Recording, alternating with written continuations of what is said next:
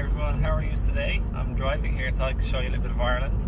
I'm a little bit tired today, so my energy will be a little bit less boisterous and fun-loving and mischievous or rascalish, as Emily, my friend, would say. I do have a rascalish archetype. But yeah, in this video, I kind of just wanted to talk about something that I haven't really talked about in ever, really, to be honest. And it's really about the topic of, like, let's say, for example, if your partner takes or is after your phone. Now, I've had some experience with this in the past, so everything I ever make a video on, it's always only from experience, because I don't know anything I haven't got experience in properly, you know? So yeah, like, overall, like, it's happened a few times in my life, and it's almost always ended in trouble. Especially, there's a lot of hurt or insecure feelings on the person, the lovely lady who wished to get my phone in the past. Now, it hasn't happened in a long time and doesn't need to happen anymore, because myself and my partner worked through all of our issues. Well, you know, all as in nearly all, most of them, the majority of all the hot topics and hard issues and various knickknacks. Basically, all the triggers from past trauma and programming as well. You know, unrealistic expectations, heavy attachments / demands. There's a ton that goes on in relationships, you know. As you know yourself, if you're in one, and you won't be fully ready and prepared until you get there, and the challenges present themselves. You know, there's only so much work we can do while we're single, in my opinion. Unless you just want to spend all your life trying to be single, you're never going to be really fully ready, per se, to be in a relationship. You're going to have to face things head on as they come and go with the flow. You're going to have to, like, face things as they come. Same with being parenting. You can't fully prepare to be a parent when you've no children. So yeah, relationships require a ton of hard work, and so does healing, self-healing. And healing your family dynamic, which may involve children, requires a ton of hard work. It requires tons of virtues and ways to grow in, like forgiveness, compassion, love, kindness, empathy, listening, open-hearted, vulnerable communicating. Yeah, for me, like, I like relationships the most in life. Kind of as the trickiest challenge is life, and then the trickiest challenge in life is relationships, because it's the most dynamic and interactive with another being. Whereas when you're single, it's just yourself. It's much easier and simpler. And with children, it's even extra challenge, because then there's the triple dynamic between the other parent and the child and you, which sometimes both parents don't see eye to eye on. And maybe even if they do, there's a slightly different perception. So everyone has a different perception at any given moment, you know. But yeah, sorry, I kind of went off track a little bit. But in this video, like, in terms of take your phone, wanting to take someone's phone and get it and see what they're up to, or someone wants to take your phone, for me, it's really all revolves around compassion. That'd be the number one word I'd use. So, from a lower perspective, we could use the word like, they're wrong, they've no right to, it's our phone. And I've been there, I've done that, and it just doesn't work out in my own experience. Like, not only did it not work out, but in terms of my own evaluation from a level-headed, even-hearted space, I'd say, no, it didn't work out the way I would have liked. It's not the best way. It wasn't the most successful way at all. It wasn't a success, really.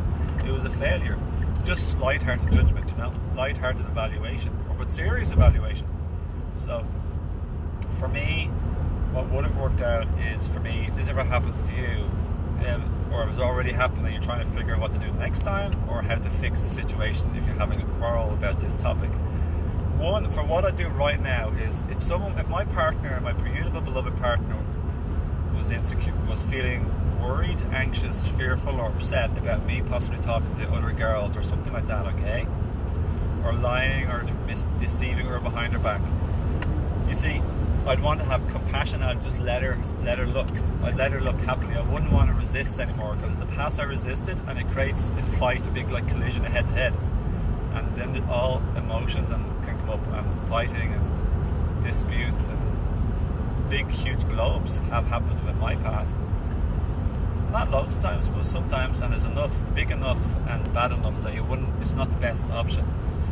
For me, I'd rather than judging them for being insecure or acting as if they have a problem, or that they're wrong, or they shouldn't feel that way, I'd validate them now, and I'd want to understand them. I'd ask them some questions to inquire, to be inquisitive. So instead of jumping to judgment, and this can be applied to many things in relationships too, I'd ask and inquire and express an interest and try and empathise and put myself in their shoes. So I'd want to learn more about what they're thinking or feeling or perceiving, and instead of just correcting them that they're wrong and I'm innocent and I'm not doing anything, I'd be much more willing to just have a look, you know, like you're open and welcome to have a look. And this is under the premise that like I'm not flirting or like having like, you know, like what's the word, like cheating or having an emotional affair or just totally talking to someone else behind the back, etc. But let's say I'm not, which I wasn't. I just let them. Well, to be honest, I did do that once in my life in my early 20s, and I regret that, and it was a mistake. I was just young and immature, and I was lost. I was unawakened. I had tons of messed up emotions and mental parts to me. I wasn't the person, you know, these days, since I started making videos like 10 or 11 years ago. So, but ever since then, like, it's just I've tried to be as open as possible. But sometimes in the past, like I said in this video, I'd be hesitant, resistant, and reluctant. So, yeah, basically speaking, the bottom line is I'd recommend being open, showing your true colours. If you're doing something bad, apologise and try and make amends, and try and be very accommodating to your partner if they're feeling insecure or vulnerable or sad or anxious or afraid to lose you or angry, because a lot of women and men have been badly treated in the past, definitely by far, especially the women. So of course they're going to have trauma on this topic and sensitive emotions. So we want to be their guardian and love and respect them, and not instead of like wronging them, we want to be gentle on them. So that's the bottom line. And so this video is also for someone like if you're wanting to look at somebody's phone, instead of like demanding or trying to grab it or look behind your back, I generally would recommend like trying to be vulnerable and express your fears or worries. Talk a bit about your past if you understand where maybe your high, strong emotions are coming from. Express your love and wanting to have a successful relationship with that person, so they feel like heartwarmed and like, you know, it's positive compliment that you'd like to be with them. And say you like to work on things if you do, and if you're willing to put in the work, say you're willing to put into work, but they have to be willing to put in the work too, otherwise it's not going to work. You need both people to put in the work.